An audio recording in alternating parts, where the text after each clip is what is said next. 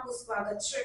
ગુજરાત પ્રદેશ કોંગ્રેસ સમિતિ દ્વારા ડભોઈ તાલુકાના પ્રમુખ તરીકે કુંઢેલાના માજી સરપંચ અને તાલુકા સભ્યને જવાબદારી સોંપાઈ। ડભોઈ શહેર તથા તાલુકામાં છેલ્લા 4-5 વર્ષથી કોંગ્રેસ પાર્ટીનું સંગઠન મૃત હાલતમાં પડી ભાંગ્યું હતું।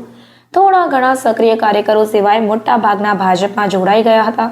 ત્યારે સંગઠનને મજબૂત કરવા ગુજરાત પ્રદેશ કોંગ્રેસ સમિતિ દ્વારા માજી ધારાસભ્ય સિદ્ધાર્થભાઈ પટેલ અને શક્તિસિંહ ગોહિલની ભલામણથી ડભોઈ તાલુકાના પ્રમુખ તરીકે કુંઢેલાના માજી સરપંચ અને તાલુકા સભ્ય દિલીપભાઈ પટેલને જવાબદારી સોંપવામાં આવી હતી, જે વિધિવત રીતે મંદિરમાં જઈ દર્શન કરી ડભોઈ સરદાર શોપિંગ ખાતે આવેલા કોંગ્રેસના કાર્યાલય પર કોંગ્રેસના માજી પ્રમુખ પ્રહલાદભાઈ પટેલ તથા નગરપાલિકા સદસ્ય શીતલબેન પિન્ટુભાઈ પટેલ તેમજ તાલુકા તથા શહેરના કોંગ્રેસ કાર્યકરો હાજર રહ્યા હતા।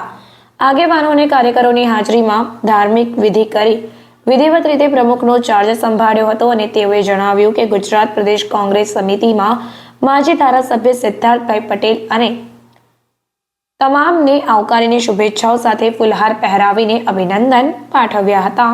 આજરોજ પ્રદેશ કોંગ્રેસ સમિતિ દ્વારા મને ડભોઈ તાલુકા કોંગ્રેસ પ્રમુખ બનાવવા માનનીય ધારાસભ્ય માજી ધારાસભ્ય શ્રી સિદ્ધાર્થભાઈની ભલામણથી જિલ્લા પ્રમુખ શ્રી જસપાલસિંહ પડિયાજી તેમજ પ્રદેશ પ્રમુખ શ્રી શક્તિસિંહ ગોહિલજીએ મને જે ડભોઈ તાલુકા કોંગ્રેસ પ્રમુખ બનાવી અને મને કોંગ્રેસ પાર્ટીની જે જવાબદારી સોંપી છે એ જવાબદારી હું વફાદારીપૂર્વક નિભાવીશ। કોંગ્રેસના કોઈ પણ કાર્યકરને ગમે ત્યારે કોઈ બી તકલીફ પડશે હું અડધી રાતે આવવા તૈયાર છું।